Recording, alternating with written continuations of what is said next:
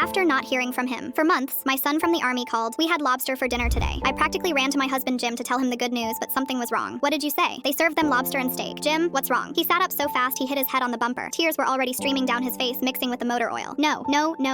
Jim, you're scaring me. He grabbed my hands with his greasy fingers, started to speak, then just pulled me into a hug and sobbed, his whole body shaking. What is wrong? Jim talked to me, but he just held me and cried, then got up and walked into the house. I heard our bedroom door slam. I stood in that garage completely lost. My husband, who hadn't cried at his father's funeral, was sobbing because our son ate lobster. I called my sister Nancy. She'd been a Navy nurse for 10 years. She'd understand. Patty, Nico finally called. I'm so relieved. Oh, thank God. How is he? He sounds good. They even served them lobster and steak for dinner. The military's treating them so well. The line went silent. So silent I thought we'd disconnected. Nancy? I heard her sharp intake of breath, then crying. My strong sister, who'd seen everything in military hospitals, was crying. Oh, Jenny. Oh no. Oh God, no. What is wrong with everyone? I'm coming over. Right now. Nancy, what's happening?